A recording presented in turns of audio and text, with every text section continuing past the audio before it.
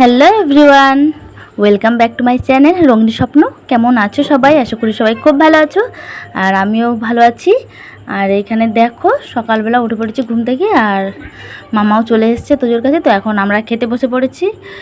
আর এখানে মুড়ি মাখিয়েছিলাম আর জিলিপি ছিল। সকালে উঠে পড়ে পড়াশোনা না করে জোট বেঁধে দুজনে দুষ্টুমি করা শুরু করে দিয়েছে।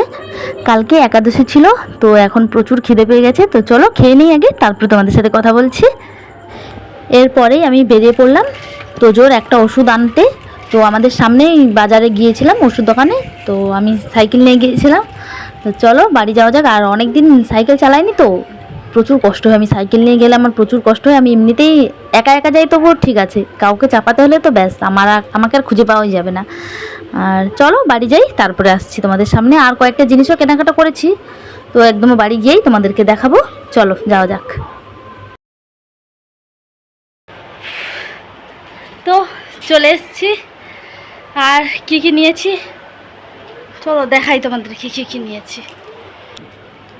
এই যে কতগুলো তোজোর ওষুধ নিয়েছিলাম, আর আমি কয়েকটা ক্লিপ নিয়েছি, আর একটা কাজল নিয়েছি। আমার যতগুলো কাজল থাকে তোজো সবসময় বারবার ভেঙে দেয়, তো সেই জন্য আবার নিতে হলো আমাকে। তো কি পড়েছো বলো বলো, পড়া শেষে ল্যাদ খাচ্ছ? হ্যাঁ, পরিশ্রম হয়ে গেছে তোমার। দুপুরে খাওয়া দাওয়া করে এখন ঘুমোতে চলে এসছে, আর দোলনায় দিয়ে দিলে তাড়াতাড়ি ঘুমিয়ে পড়ে, সেই জন্য মা দোলনায় দিয়ে দিচ্ছে। তারপরে ওকে টিপটাও পরিয়ে দিল, আর এই দেখো চট করে কেমন ঘুমিয়ে পড়লো।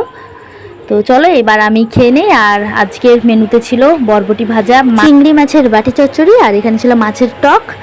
আর এখানে দেখো থালাটা কেমনভাবে দাগ হয়ে গিয়েছিলো, পেতলের থালা তো সেই জন্যে। আর দেখো খাওয়া দাওয়ার পর এখন বিকেল হয়ে গেছে, এখন আমরা বেরিয়ে পড়েছি। বিকেল ঠিক নয়, একটু একটু দুপুর আছে। তো এখন আমরা বেরিয়ে পড়েছি একটু, আমাদের সামনে একটা স্টেশন আছে, তো এইখানেই যাব একটু ঘুরতে। তো যাচ্ছিলাম, এই রাস্তাতেই পড়ে আমাদের এখানে শীতলা মন্দির। তো দেখো মন্দিরটা খুব সুন্দর লাগছে। তো চলো এবার যাওয়া যাক।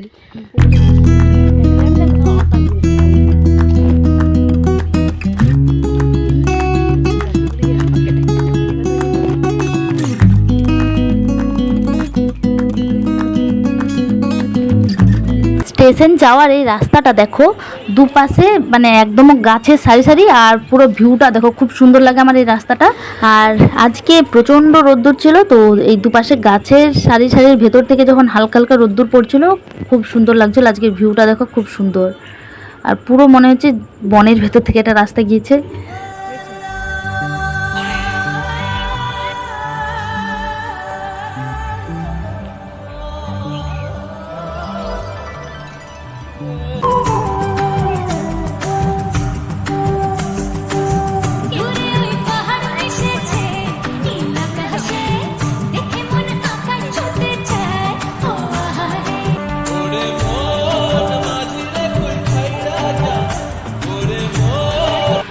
আগে থেকেই এইখানে একটা মাল ট্রেন দাঁড়িয়েছিল, আর আমরা হাঁটতে হাঁটতে চলে এলাম স্টেশন। এটা হলো কেশবপুর স্টেশন, আর এটা আমাদের বাড়ির একদম সামনেই, একেবারেই সামনে বললেই পারো, কিছুক্ষণ হাঁটা পথেই ব্যাস।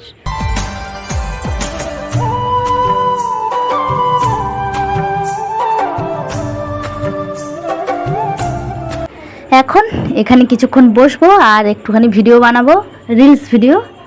আর এখানে দেখো রিলস ভিডিও বানাবে, সেই জন্য তার প্রস্তুতি সব চলছিল। তো চলো তোমরা সবটাই দেখতে পাবে, দেখো।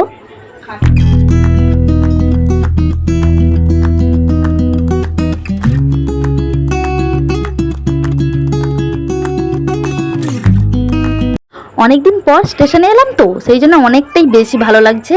আর আগে আগে এখানে প্রায় আসতাম, তো এখন আসা হয় না। আর এই স্টেশন থেকে অনেকদিন ট্রেনে করেও কোথাও যাওয়া হয়নি।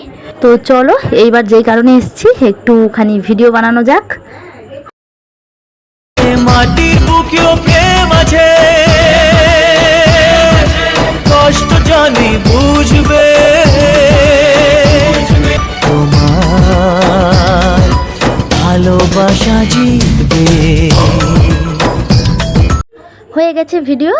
আর এখানে দেখো ট্রেনটা এখনও দাঁড়িয়ে আছে, আর এটা হচ্ছে টিকিট কাউন্টার স্টেশনের। আর এখন আমরা যাব এই ব্রিজটা পেরিয়ে 2 নম্বর প্ল্যাটফর্মে চলে যাব।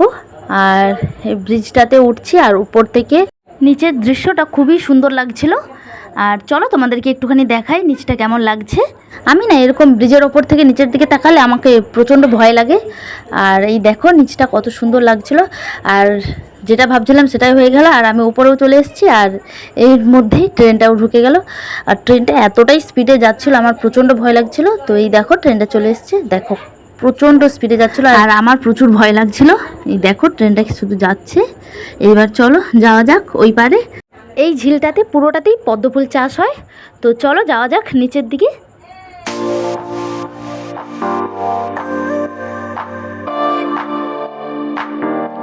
বিকেল হয়ে গেছে, তবুও এতটা রোদ উঠেছে মানে দাঁড়ানো যাচ্ছে না সামনে।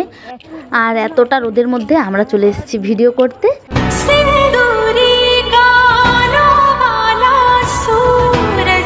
অনেকক্ষণ হয়ে গেল, এইবার আমরা চলে যাব বাড়ি। অনেকটা টাইম এখানে বসছিলাম, গল্প করছিলাম।